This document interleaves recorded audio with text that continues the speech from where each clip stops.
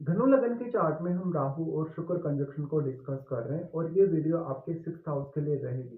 Sixth house में आपके chart में शुक्र अपने स्वयं के ही घर में स्थित होंगे, लेकिन यहाँ राहु के साथ आ जाने की वजह से ये स्थिति बहुत ज़्यादा चैलेंजिंग होगी आपके लिए। वास्तव में आपको ये देखने को मिलेगा कि राहु यहाँ इस हाउस की क्वालिटीज़ को काफ़ी मल्टीप्लाई कर रहे हैं और वो शुक्र के कारकत्व को भी काफ़ी ज़्यादा मल्टीप्लाई कर रहे हैं।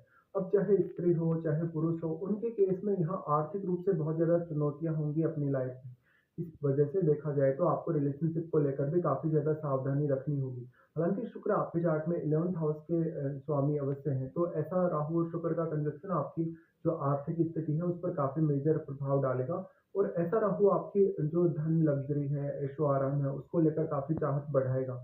स्त्रियों का चार्ट अगर हो, तो ऐसी स्त्रियाँ बहुत ज़्यादा खर्चा करने वाली होंगी। इवन वो अपने जहाँ काम कर रही होंगी, जिस वर्क प्लेस पे वो होंगी, वहाँ पर वो काफ़ी ज़्यादा पैसे उड़ाएँगी, पार्टी-वार्टी करेंगी और मौज-मस्ती करेंगी। लेकिन पुरुषों के केस में यहाँ मैरिज को लेकर भी बहुत ज़्यादा ये रिस्की प्लेसमेंट मानी जा सकती है। अब यहाँ पे आपको देखना होगा कि क्या कोई अन्य ग्रह यहाँ स्थित है या नहीं, राहु या शुक्र के साथ। कोई भी अन्य ग्रह जो स्थित होगा, वो आपके चार्ट में जिन-जिन भाव का स्वामी होगा, उन भावों के लिए भी आपके लिए कहीं न कहीं चुनौतियाँ सामने होंगी। जैसे अगर आपका सप्तमेश बुध अगर यहाँ हो, तो मैरिज को लेके आपको बहुत ज़्यादा सावधानी रखनी होगी। साथ-साथ में आपको अपने बिज़नेस के लिए या बिज़नेस पार्टनरशिप में भी काफ़ी ज़्यादा सावधानी रखनी ही होगी। राहु जस्ट यहाँ की क्वालिटीज़ को मल्टीप्लाई कर रहे हैं, तो ऐसा राहु कभी न कभी आपको एक ऐसी स्थिति में ले जाकर खड़ा करता है, जहाँ पर आपके ऊपर बहुत ज़्यादा कर्ज़ है, बहुत ज़्यादा ऐसी स्थिति है, जहाँ पर आपकी अर्निंग्स उतनी नहीं है, लेकिन आपने उधार बहुत ज़्यादा ले रखा है। या तो फिर आपने खर्चे इतने ज़्यादा कर दिए कि आपकी कोई भी प्लानिंग नहीं है सेविंग वगैरह को लेके। ऐसी स्थिति में ऐसा राहु काफ़ी स्ट्रगल देता है कभी-कभी। स्त्रियों के केस में इस बात की संभावना लेकिन ज़्यादा होगी कि उनके करियर के लिए ये स्थिति बहुत ज़्यादा बेहतर होगी। क्योंकि शुक्र यहाँ उनकी क्रिएटिविटी के हिसाब से, उनके टैलेंट के हिसाब से काफ़ी अच्छा काम करेगा। अगर मान लो यहाँ पे शुक्र वक्री हो जाते हैं, वक्री होने के केस में आपकी प्रॉब्लम्स और भी ज़्यादा बढ़ सकते हैं, क्योंकि वक्री होने से एक तो राहु का जो प्रभाव होगा, वो शुक्र पर काफ़ी नेगेटिवली बढ़ेगा और साथ में शुक्र के वक्री होने की वजह से शुक्र से रिलेटेड चीज़ों को पाने के लिए आपको मेहनत बहुत ही ज़्यादा करनी पड़ेगी।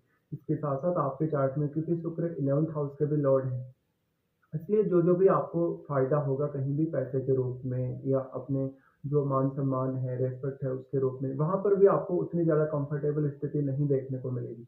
और अगर आपको राहु की महादशा हो, इवन अगर शुक्र की महादशा हो, तो आर्थिक रूप से जो आपका ऑब्सेशन है वो काफ़ी ज़्यादा बढ़ जाता है। इस वजह से आप अपनी लाइफ़ में काफ़ी ज़्यादा रिस्क लेने की कोशिश करते हैं और इस रिस्क की वजह से आप अपना काफ़ी ज़्यादा नुकसान भी कर लेते हैं। यहाँ पे अब आपको देखना होगा किसी पुरुष के चार्ट में अगर ये स्थिति बन रही है सिक्स्थ हाउस में, तो जब भी वो किसी से मैरिज करेगा, शादी करेगा, तो उनका जो पार्टनर है वो उनको गलत तरीके से ब्लेम कर सकता है। पुरुष होने के केस में आपके वर्क प्लेस पे आपका किसी से रिलेशनशिप या अफेयर होने की संभावना भी उतनी ही ज़्यादा प्रबल होगी। यहाँ पे अब आपको देखना होगा कि कौन-कौन से अन्य ग्रह हैं जो आपके सिक्स्थ हाउस को प्रभावित कर रहे हैं। इसके साथ-साथ यहाँ कोई भी जो प्लैनेट राहु या शुक्र के साथ भी अगर स्थित होगा, वो एक सारी प्लैनेट नहीं होना चाहिए। अगर वो एक सारी प्लैनेट होगा तो यहाँ पर आपकी प्रॉब्लम्स काफ़ी ज़्यादा ही बढ़ जाएँगी। अगर हम यहाँ राहु और शुक्र के एस्पेक्ट्स के हिसाब से विचार करेंगे तो राहु सबसे पहले आपके 10th हाउस को एस्पेक्ट करते हैं, जहाँ पर वो आपको कैरियर के लिए काफ़ी ज़्यादा ऑब्सेशन देंगे और ये आपके वर्क प्लेस पे ही स्थित हैं राहु और शुक्र दोनों। इसलिए आपको अपने वर्क प्लेस पे काफ़ी ज़्यादा सावधानी रखनी होगी। आपका अगर किसी से अट्रैक्शन होता है, किसी से अगर अफेयर वगैरह होता है, तो उनके साथ अगर आप मैरिज करते हैं तो फिर आपकी मैरिज को लेकर काफ़ी ज़्यादा रिस्क बढ़ जाएगा। इस स्थिति में अब आपको 10th हाउस में बैठे हुए प्लैनेट को भी देखना होगा।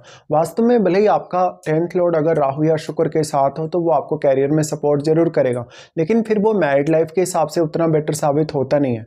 इसके साथ साथ जब भी इस प्रकार से प्लेसमेंट बनती है, राहु शुक्र या बुध साथ स्थित होते हैं, तो बुध की क्वालिटीज़ भी काफ़ी मल्टीप्लाई होंगी। भले ही इस वजह से आपका जो पार्टनर होगा वो काफ़ी वेल्दी हो सकता है, काफ़ी टैलेंटेड हो सकता है, काफ़ी चतुर और चालाक हो सकता है, बट वो आपको उस वे में सपोर्ट नहीं कर पाएगा जिस वे में आप वास्तव में अपने पार्टनर से एक्सपेक्ट कर रहे हैं। यहाँ पे अब अगर राहु जो 10th हाउस को एक्सपेक्ट कर रहे हैं, 10th हाउस में कोई फायरी प्लैनेट स्थित होगा, तो वो ग्रह कहीं ना कहीं आपके करियर में बहुत बड़ा योगदान लाएगा और फिर आपके उन भावों को आपको देखना होगा जिनका स्वामी होकर कोई भी ग्रह आपके 10th हाउस में आ गया। इसके साथ साथ राहु और शुक्र दोनों ही आपके 12th हाउस पर भी प्रभाव डालेंगे। बट 12th हाउस में केतु बैठे होने के केस में यहाँ पर उतना अधिक जो प्रभाव है राहु और शुक्र का नहीं रहेगा, क्योंकि जितना भी एनर्जी आपके 12th हाउस के साथ एक्सचेंज हो रहा है सारा का सारा एनर्जी केतु ऑब्जर्व कर रहे हैं। ये एब्जॉर्ब करने की वजह से यहाँ पर केतु के साथ जो बैठा हुआ प्लैनेट होगा उसकी भी एनर्जी काफ़ी डिक्रीज होगी और उसका कारकत्व भी काफ़ी डिक्रीज होगा। इसलिए वो प्लैनेट आपके चार्ट में जिन जिन भावों का स्वामी है उन भावों के लिए अब आपको एक्स्ट्रा एफर्ट्स करने होंगे, या तो उन भावों को लेकर कोई भी आप अगर फैसला ले रहे हैं तो उन फैसलों में आपसे काफ़ी गलतियां हो सकती हैं। राहु हालांकि यहाँ शुक्र को प्रभावित तो कर ही रहे हैं, वो यहाँ पे केतु को भी प्रभावित कर रहे हैं, लेकिन साथ में क्योंकि जो शुक्र हैं वो बहुत ज़्यादा मल्टीप्लाई हुए हैं राहु से, तो राहु की तुलना में शुक्र ज़्यादा प्रभाव डालने में सक्षम है केतु पर राहु और केतु के बीच में 180 डिग्री का एंगल है। ये एंगल के होते हुए यहाँ राहु उतना अधिक प्रभाव नहीं डाल पाएंगे जितना कि शुक्र प्रभाव डाल पाएंगे 12th हाउस में। इसके साथ साथ अगर आपका केतु के साथ मान लो कोई फायरी प्लैनेट स्थित है तो भले ही वो आपको स्पिरिचुअल ग्रोथ दे सकता है या आपकी लाइफ में आपका सिक्स सेंस काफ़ी बढ़ा सकता है, बट वो मैरिज या रिलेशनशिप के हिसाब से उतना बेटर नहीं होगा। राहु शुक्र का आपका 6th हाउस का जो कंजक्शन होगा वो इवन आपको फॉरेन से काफ़ी इनकम दिला सकता है। फॉरेन में आपके रिलेशनशिप या अफेयर होने की संभावना ज़्यादा होगी अपनी कंट्री की तुलना में। इसके साथ साथ यहाँ पर आपका फॉरेन टूर होना या फॉरेन में आपको बहुत ज़्यादा सक्सेस मिलना भी संभावित है। तो अगर आपके जो कैरियर है उसका संबंध डायरेक्टली या इनडायरेक्टली फॉरेन से बनता है तब ऐसा राहु आपके लिए मोस्टली फेवरेबल होगा। बट देखिए 6th हाउस है तो 6th हाउस होने की वजह से चुनौतियां उतनी ही ज़्यादा होंगी और जस्ट उन चुनौतियों को राहु मल्टीप्लाई करने का काम कर रहे हैं, तो यहाँ आपको उतनी ही ज़्यादा सतर्कता भी रखनी होगी।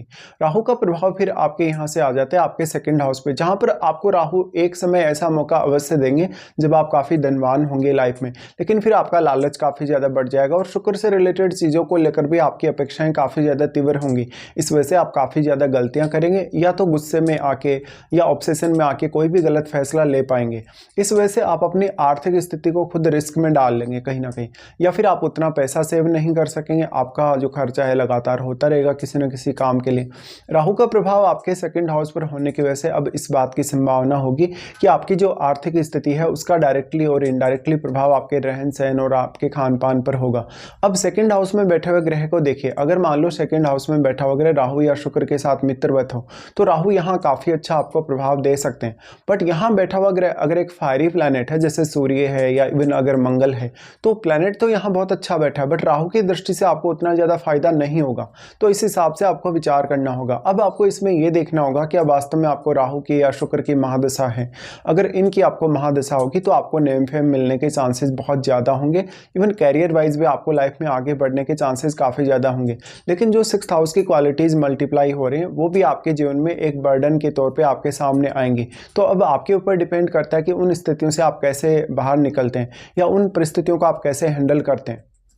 स्त्रियों के केस में ये कंजक्शन थोड़े ज़्यादा बेटर रिजल्ट ला सकता है पुरुषों की तुलना में, लेकिन अगर आप मैरिज के लिए देख रहे हैं तो अपने 7वें भाव में बैठे हुए ग्रह और आपके सप्तमेश बुध को भी आप जरूर देखें।